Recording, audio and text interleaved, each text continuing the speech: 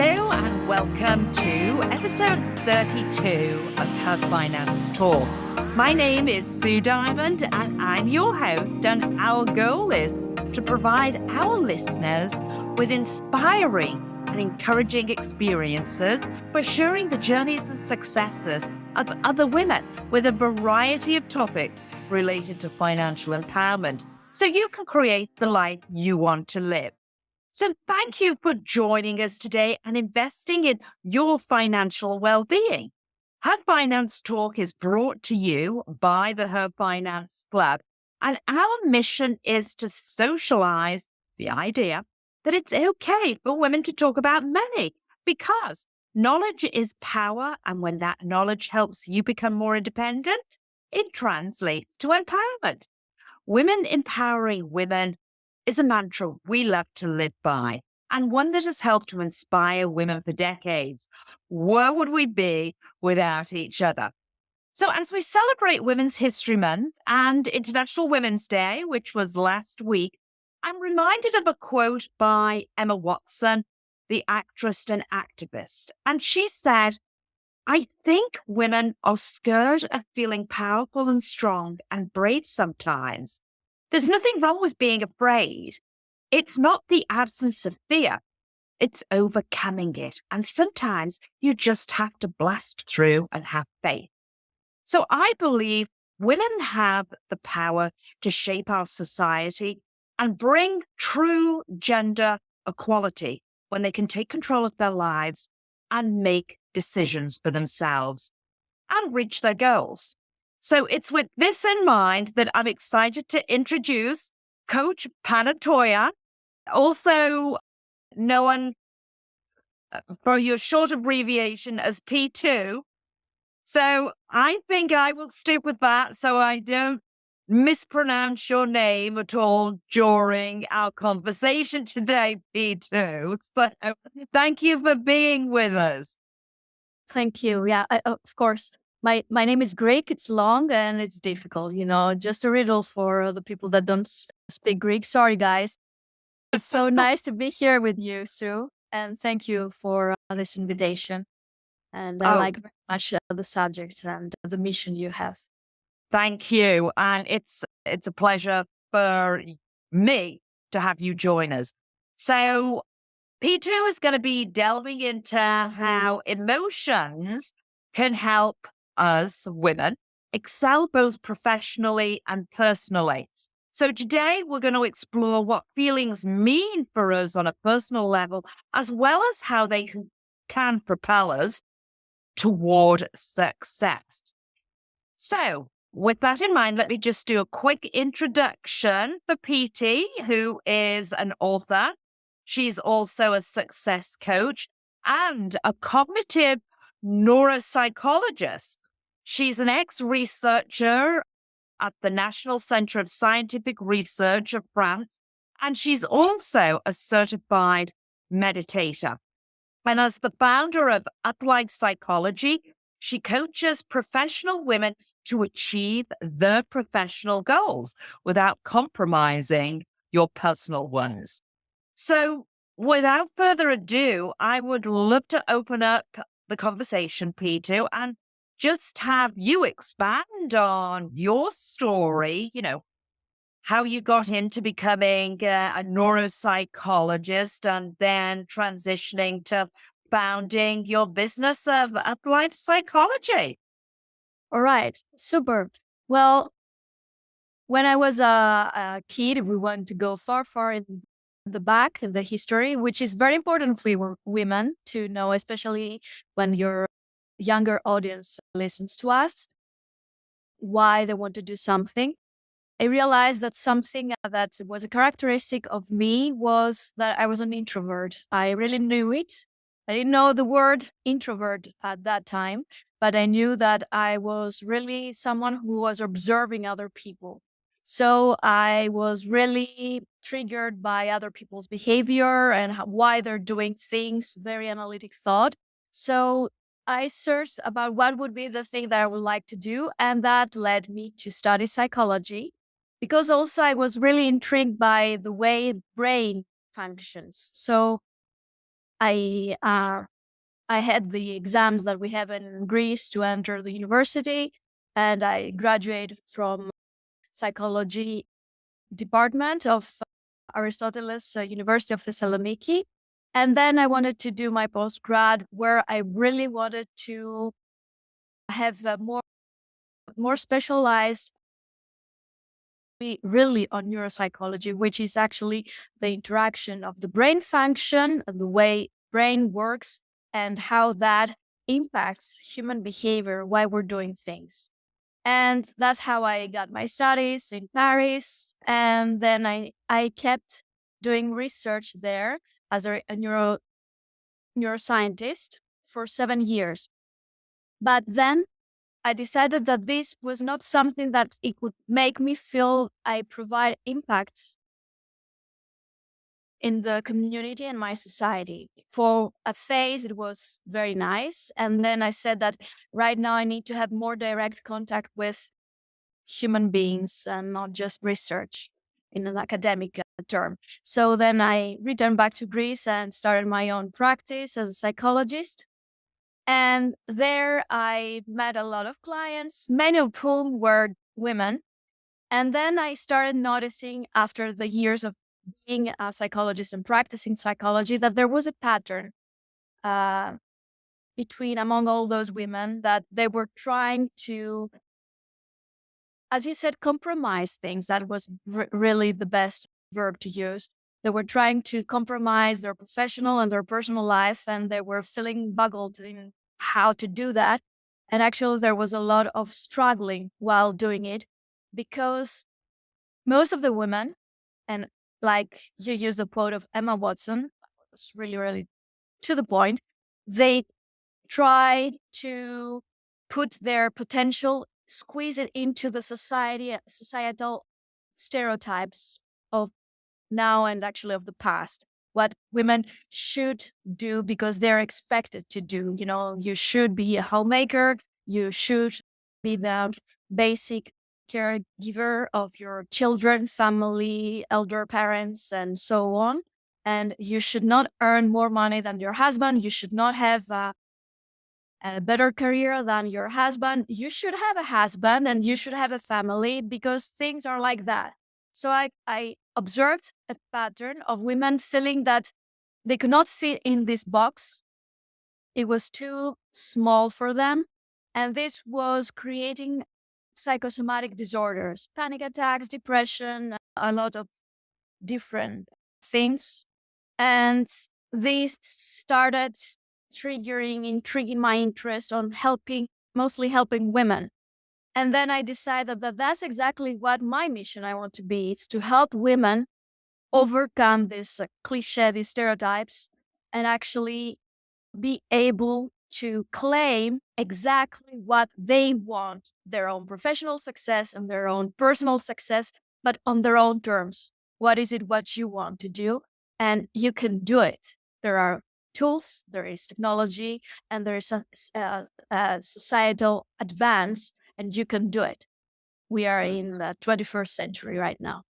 Yeah, it's interesting. I had a similar path, but more on the finance side, because my background, I had a master's in social work. Yes. But I transitioned over to the money side because I was seeing friends and colleagues, even as they became more successful with their money, there was still this taboo around talking about it, because there was no discussion around it in terms of you want to expand your knowledge, which in turn increases your confidence as well. I tell people all the time, I'm a recovering perfectionist, because that's the thing that shoots you in the butt all the time, right? You know, oh, well, I'll do it when I've achieved this skill, or gone back to school and taken a class. Our own worst enemy, I think. But again, it ties back into society and culture. We've been bombarded all our lives with certain expectations and what we should fall into. So it's hard to ignore those, right? Yeah, we cannot. Yeah. And they create negative thoughts or processes in our minds sometimes. Right. I loved your title for one of your videos, The Secret Superpower of Emotions. And why is it important for us to understand our emotions and then how it can benefit us as well in terms Yeah. of success, both on a personal and professional level? Well, emotions are one side of a two-side idea of emotion and motivation. Imagine that we say all the time in coaching, in finances, in sports, in everything we want to build, that you need to have a motivation to do things, even in crime research, which is the motivation, what is the motive, what is the thing that makes us move towards an end. And Right. that's actually what is the emotion. Motion at the same time declares that thing. I want to go from point A to point B and use a certain force power to do so. Emotion tells us exactly that thing, that there is something in our environment, in our psychological or physical environment, an idea or a situation that we want to drive ourselves towards it or far away from it. That means towards it is a positive emotion, something I really like. I Right. enjoyed this company of these people, and I want to go again, spend beautiful moments and experiences with those people, positive emotions. And I feel these people are a toxic company and I want to go away from them, negative emotions. So Right. emotions are our compass, that they tell us, they dictate to us what is good, profitable, beneficial for us, our well-being, and back to the basics, our survival. And it's super important to be really attentive of them. And we need to understand the message that they send to us. Well, it's obvious, okay? So if there is a stop in the street and the stop tells you stop because there might be a car and you might have an accident, then you have the emotion of fear if something happens. Right. It protects you from something that could really be super hurtful and damaging for you. And it's important. So if we take, if we pay attention to emotions and we understand immediately what they tell us, we actually start decoding the messages. I like something or I don't like. I was really angry with a colleague or was not angry. And why was I angry with this colleague, or why was I sad, or why was I scared? What this emotion dictates to me. It's a discussion, an inner discussion says you should be careful of this or more dynamic with that. As you understand, this is the pillar of starting having a decision making process. If we disregard emotions, our decision making is not the best one for us. And you understand that success, you know that much better in finances, successful financing is really based on good decision making. So without emotions, you cannot have good decision making. Thus, you cannot have success. You cannot build a sound platform where you can base your success in professional life and personal life and well-being, of course, good quality of life. Right. When I think about this in terms of and applying it to what I do, and with many of the women that I work with, they're not reaching that full financial potential. So there's something holding them back. So I always refer to it as unconscious barriers, but it's these emotions and behaviors Yeah.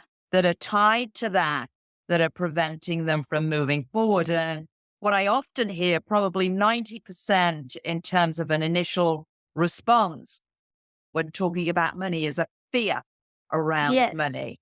Yes. So, Yes. one of And the not things, only, yes, fear yeah, too. yeah. I read in your book, which is amazing, by the Oh, way. thank Okay. you. Read it. Uh, If you haven't read it, guys, uh, it's thank amazing. you. And it's what you said, mindset. It has thoughts, and thoughts are formulated by emotions, and you need those things, and they are decisive on how to create the mindset that actually defines the rest of your financial philosophy. Right. So, in terms of our listeners thinking about, I kind of know the different emotions that I experience if I think about how I'm going to do an interview. I get really fearful and I think I might ask a stupid question. How do they work around that? What's the best way for them to keep those emotions or at least recognize and own that you have these feelings, but then understanding how you can move forward and use that to create a successful interview? Yeah. I An know that's a ideal lot. Sorry. no, it's perfect. It's perfect because in an ideal society, emotional training, emotional education would be the first material to teach children at school at young age. And I've tried something. I had a pilot program about meditation and emotional education for children. And I realized, surprisingly, how they were grasping information. And I was telling them one and they were adding 10 more. And it, it's much easier to teach young children about emotional intelligence. That it's so near them. They do have a vivid and alive emotional muscle. When we get older and all this suppression we have by the shoes and would haves and oat and everything, we start having a thinner um, emotional muscle. And we need just to tone it a little bit. So that's why we do all the training. That's what my courses are about, to train people to understand again how to decode emotions. At first, when you listen to it like that, probably the first reaction is, "Gee, that's super difficult, complicated. I'm never going to do it. I will always be frightened, and I will go to my interviews, and I will feeling super scared or super demotivated, or I don't know, feeling that I cannot follow what they say because I don't know, I have attention deficit disorder or whatever." But this is Right. not true. What is true is that emotional intelligence is something that it can be taught, it can be trained until the very late years of our life. And this is the magnificent of this. It's not a typical intelligence, maths or processing or whatever. It's emotional intelligence. And we can grow it. We can let it grow. We can cultivate it as long as we decide to do it, whenever we decide to do it. Right. So the first thing to do is understand that emotions express themselves through our body because they don't have a shape and they don't have material. So they just express themselves through our body. If we start paying attention about our physical reactions, how typically we get angry, how we typically get sad. When I get angry, I don't know, I get flashed in my head. I have, we say in Greece, we say that I got my blood got up on my head and I got red out of anger. I think these are common phrases in many, many different languages and cultures. And if you start noticing that these actually phrases describe actual physical reactions of emotions, you will start paying attention of your physical reactions every single moment. When you feel a little bit unease, I just split expressly this on purpose, this word. I'm at ease, I'm okay, I'm relaxed. And when I feel uneasy, it means that something bugs me. There is a glitch in my serenity, and let's look at it. So if I start paying attention to that, this gives me an information. And then I start saying, okay, why did I feel such behavior? What was bugging me? And sometimes we try to rationalize and create some beautiful phrases because of this and that. No, it's simple. It's, I got scared. I got really mad. I got angry. I got frustrated. The answer is really simple, really short. And sometimes it's something that a child of 5 years old would have said to us. Right. It's our inner child that says that to us. And we should listen to that child because it always tells us our truth and it will always claim what it is that child's claim and right. So we'd better listen to that child. Yeah. What I found helpful for myself initially and then with clients, and again, going back to kind of when we were talking about money, and I'll ask, what happens when you open a bank statement or you go to your ATM? What physical things are you starting to feel? And I'll hear, oh, I get a headache, or I feel nauseous, or I have a stomach ache. So this is great because, as you say, these are a map telling us you need to pay attention to this. I always tell clients, I know it's challenging, but if you can breathe into that and think about it for about 2 minutes, then the brain switch from being reactive to problem solving. And then it's not as bad. It's like our old prehistoric brain. It was really helpful when we lived in caves and we were going to face a lion coming around the corner. But unfortunately, today, it doesn't know. It just knows fear, right? So whether it's relationships or money or job, it's still going to have the same reaction. So, as you say, I think this is so key that if we It think is. about it, these are a really, really good tool. They are superpowers Yeah. that we can use.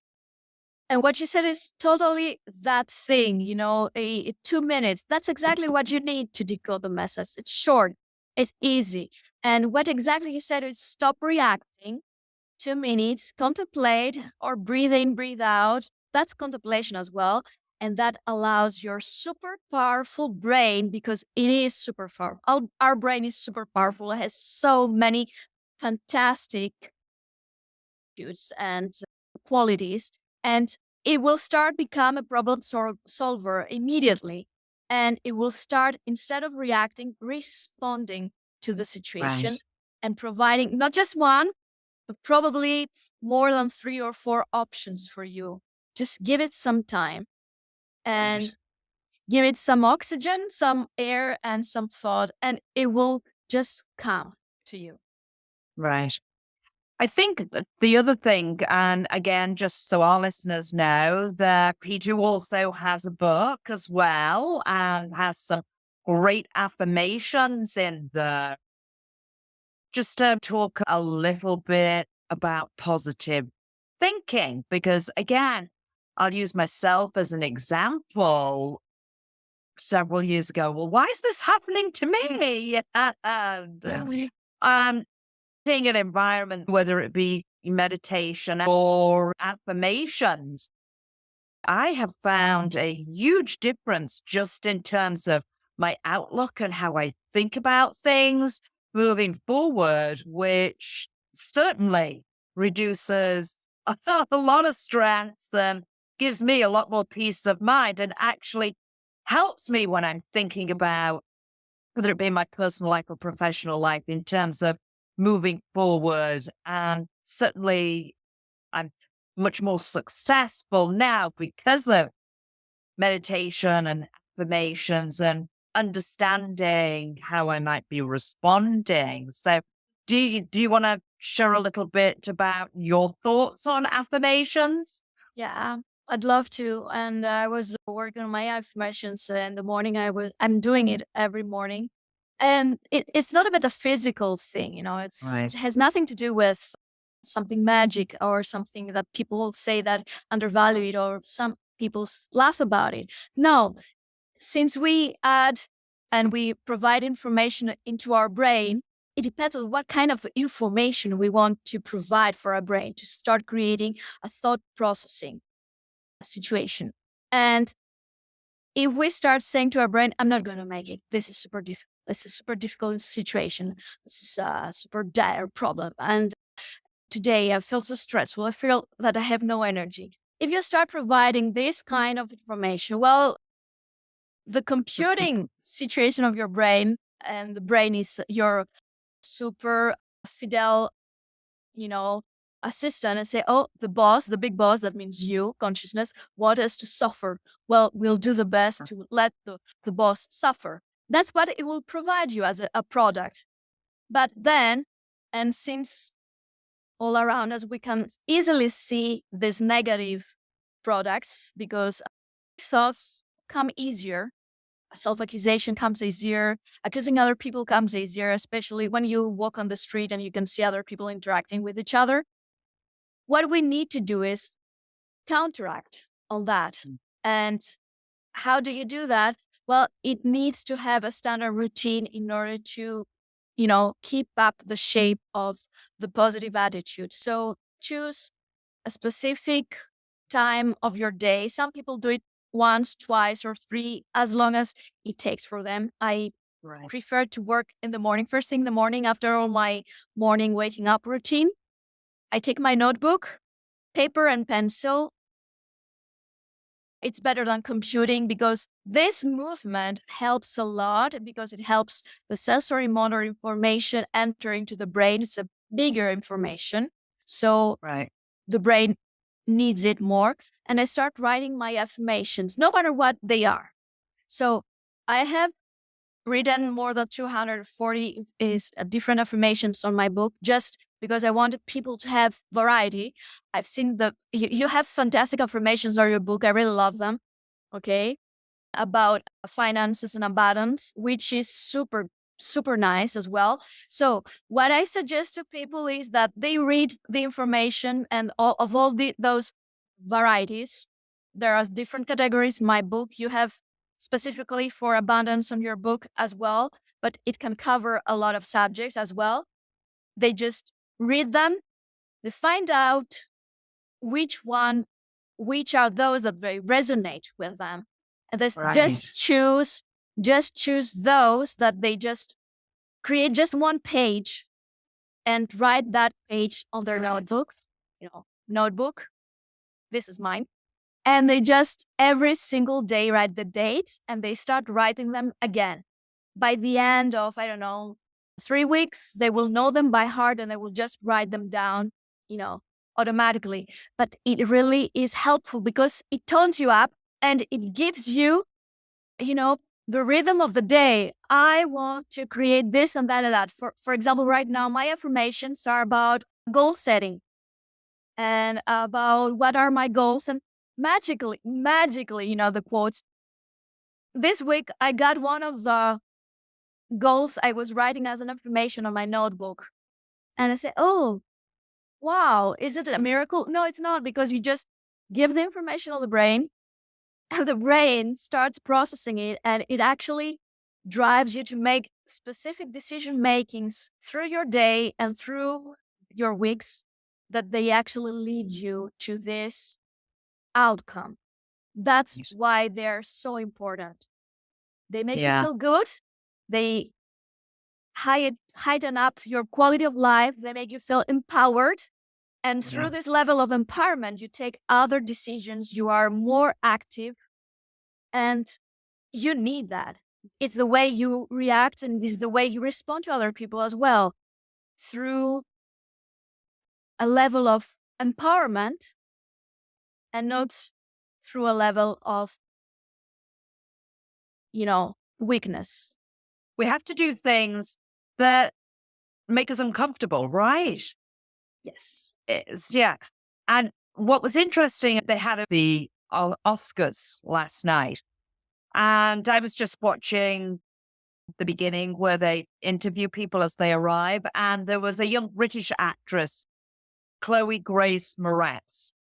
And the chap interviewing her said, well, how do you know what's a good script? What makes you determine which film you want to do? And she said, if I feel uncomfortable with it, I know it's a challenge and I'm not even sure how I'm going to portray this role, that's when I know it's a good one. So we really have to think about stepping out of our comfort zone, but at the same time, know that there are a lot of tools that we have on superpowers that will allow us to move forward with that. I would like to add something here with the uncomfortable, because there is a lot of discussion about, go away from your comfort zone. I agree totally. Comfort zone, cozy, and, I'm okay there with my beer, hot dog or whatever. But when we go out from our comfort zone, we need to listen at the same time and calculate our gut feeling. So if it is uncomfortable but positive inside, we like it, we're excited, and we feel that it really tells us it's going to help you move forward, go to a better direction for you. Yes, that's a good uncomfortable. But if it is uncomfortable because I want to prove to other people that I can do it, but it doesn't say anything to me as, evolving my personality or my life.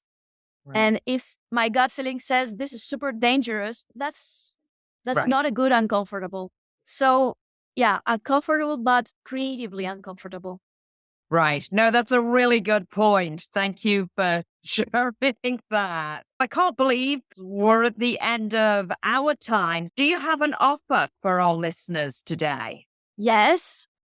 Well, I invite your listeners to have, usually I provide a free coaching session. It's a discovery session to understand what is my work and how I can work with them.